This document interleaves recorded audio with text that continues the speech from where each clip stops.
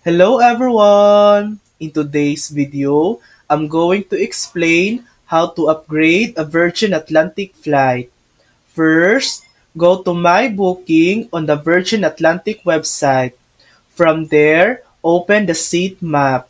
Hover or tap on your preferred seat and you'll see the pricing. If you're happy, you can pay for your upgrade online right away. Now, if you don't see an upgrade option, don't worry, it doesn't always mean there isn't one available. In that case, you'll need to contact the Virgin Atlantic Customer Center.